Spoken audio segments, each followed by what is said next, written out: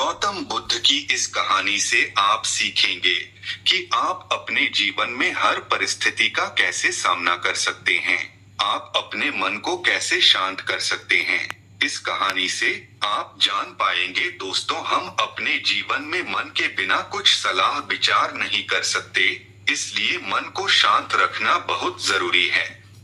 एक बार गौतम बुद्ध अपने शिष्यों के साथ एक गांव की तरफ जा रहे थे। तभी उन्होंने देखा कि एक युवक बेहद गुस्से में पहाड़ी की तरफ जा रहा है। बुद्ध उसे देखते ही समझ गए कि या तो यह किसी की हत्या करने जा रहा है या फिर खुद आत्महत्या करने। वो युवक जैसे ही पहाड़ी से कूदने जा रहा था, गौतम बुद्ध ने तुरंत उसका हाथ पकड़कर उसे खींच लिया। यह देखकर उस युवक ने कहा, आप मेरा हाथ छोड़ दे, यह मेरा जीवन है, मैं जो चाहे इसके साथ करूं। आप मुझे मत रोकना। गौतम बुद्ध ने कहा, ठीक है, तुम चाहो तो दोबारा से कूद जाना, लेकिन पहले 10 मिनट रुक जाओ। 10-12 बार लंबी सांसें लो और अपनी हथेलियों को खोल दो, उसके बाद ही मैं तुम्हें दोबारा आत्महत्या करने दूंगा, उससे पहले नहीं। युवक बोला, आप मुझे बेकार ही इतना परेशान कर रहे हैं, मैं पहले से ही इतना परेशान हूँ, लेकिन अगर आप कहते हैं तो ठीक है, मैं 10 बार लंबी सांसें ले लेता हूँ, अपनी हथेलियां खोल देता हूँ, उसके बाद आप मुझे आत्महत्या करने से नहीं रोकेंगे। उस युवक ने अपनी आंखें बंद की, 10 बार लंबी सांसें ली, अपनी हथेलियों को खोला और फिर धीरे धीरे अपनी आंखें खोली। फिर महात्मा बुद्ध ने कहा कि ठीक है, अब तुम जा सकते हो। वह युवक पहाड़ी की तरफ गया। उसने जैसे ही कदम आगे बढ़ाए, पहाड़ी के नीचे देखा, वह देखते ही पीछे हट गया और वापस जाकर बुद्ध से बोला, आप कौन हैं? आप जैसा तेजस्वी व्यक्ति मैंने आज तक नहीं देखा। अभी मेरे साथ क्या हुआ है, क्या आप मुझे समझा सकते हैं? कुछ वक्त पहले तो मैं इस पहाड़ी से कूद जाता, लेकिन अब एक भय उत्पन्न हो गया है। बुद्ध बोले, जब तुम पहाड़ी से कूदने वाले थे तब तुम्हारे अंदर क्रोध था। क्रोध सोचने समझने की शक्ति को नष्ट कर देता है। हमारी बुद्धि उस वक्त काम करना बंद कर देती है। उस समय तुम वो करते हो जो तुम्हारा मन कहता है। उस समय तुम क्रोधित थे, तुम्हारा मन एक जगह नहीं था।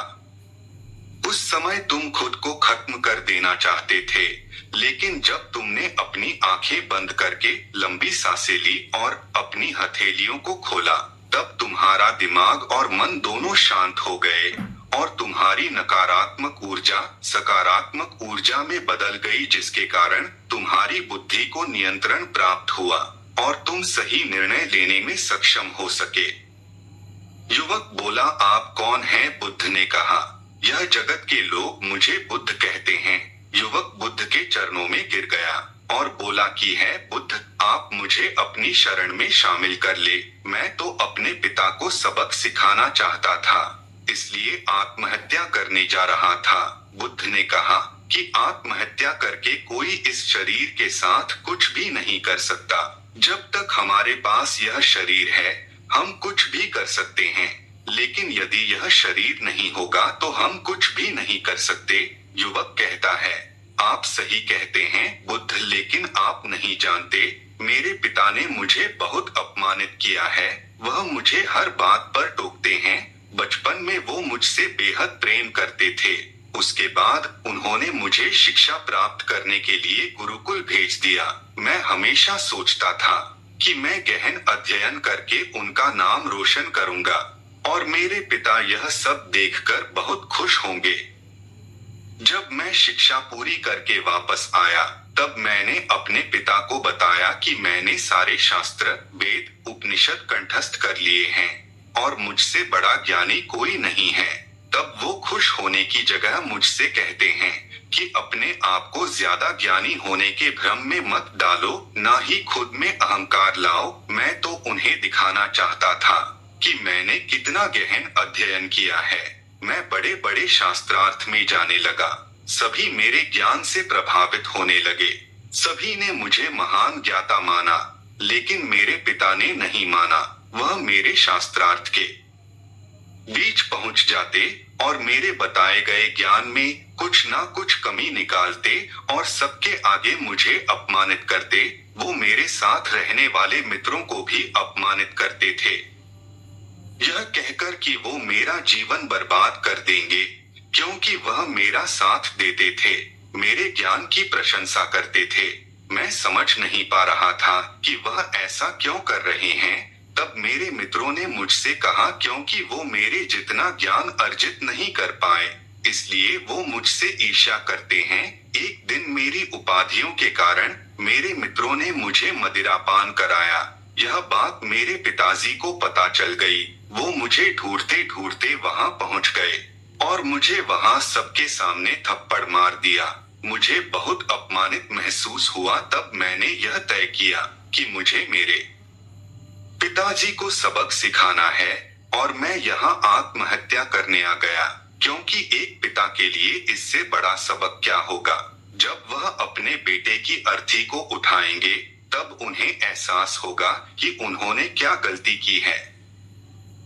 बुद्ध मुस्कुराए और बोले, मुझे एक बात बताओ, जो ज्ञान तुम्हें आत्महत्या करने के लिए प्रेरित करे, तो वो ज्ञान किस काम का, वो कहाँ से अच्छा हुआ, जो तुम्हें एक गलत काम को करने से नहीं रोक पा रहा।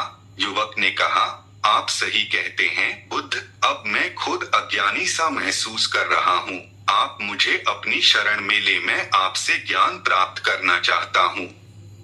बुद्ध ने कहा, तुम मेरे साथ 4 दिनों तक रहना और उसके बाद अपने पिताजी के पास जाना।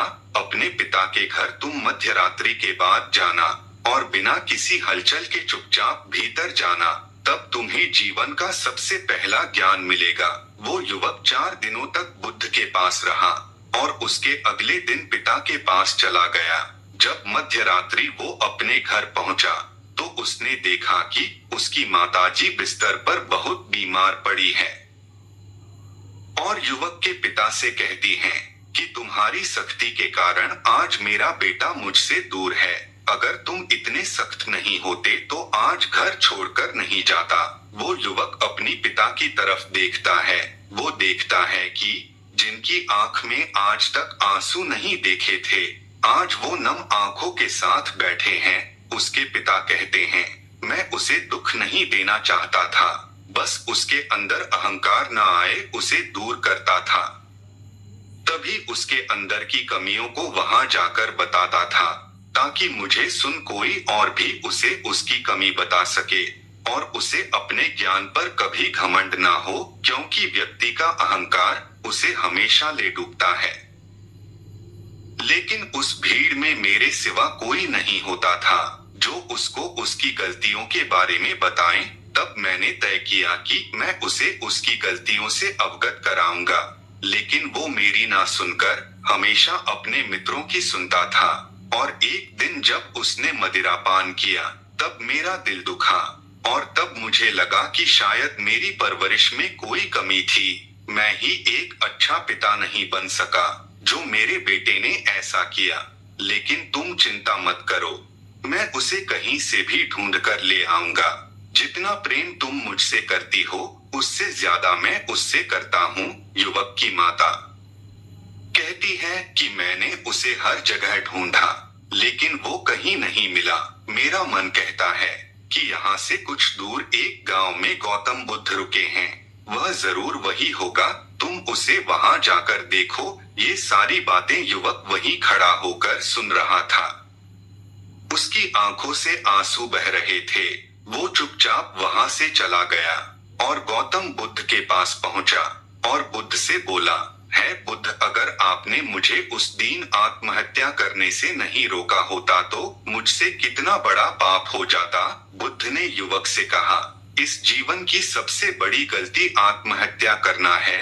ये जीवन तुमने खुद नहीं लिया है, उसे तुम्हें दिया गया है, तो तुम्हें कोई हक नहीं कि उसे खुद से नष्ट करो। कल सुबह तुम्हारे पिता यहाँ वापस आएंगे। कल सुबह तुम उनके साथ जाकर उनके ऋण को उतारना। युवक ने कहा, हे महात्मा बुद्ध, मुझे मेरा सारा ज्ञान व्यर्थ ही लगता है। आप सत्यता को उजागर करते हैं। मैं आपके साथ रहकर आपसे ज्ञान प्राप्त करना चाहता हूँ, मुझे अपने संघ में आप शामिल कर लें। बुद्ध ने कहा, कल सुबह जब तुम्हारे पिता आएंगे तब तुम उनसे बातचीत करना और उनसे आज्ञा लेना, और तब तुम्हें लगे कि तुम्हें ज्ञान प्राप्ति की जरूरत है तो संघ के दरवाजे सभी के लिए खुले रहते हैं। दोस्तों, आपने क्या सीखा इस कहानी से कमेंट करके जरूर बताना। धन्यवाद।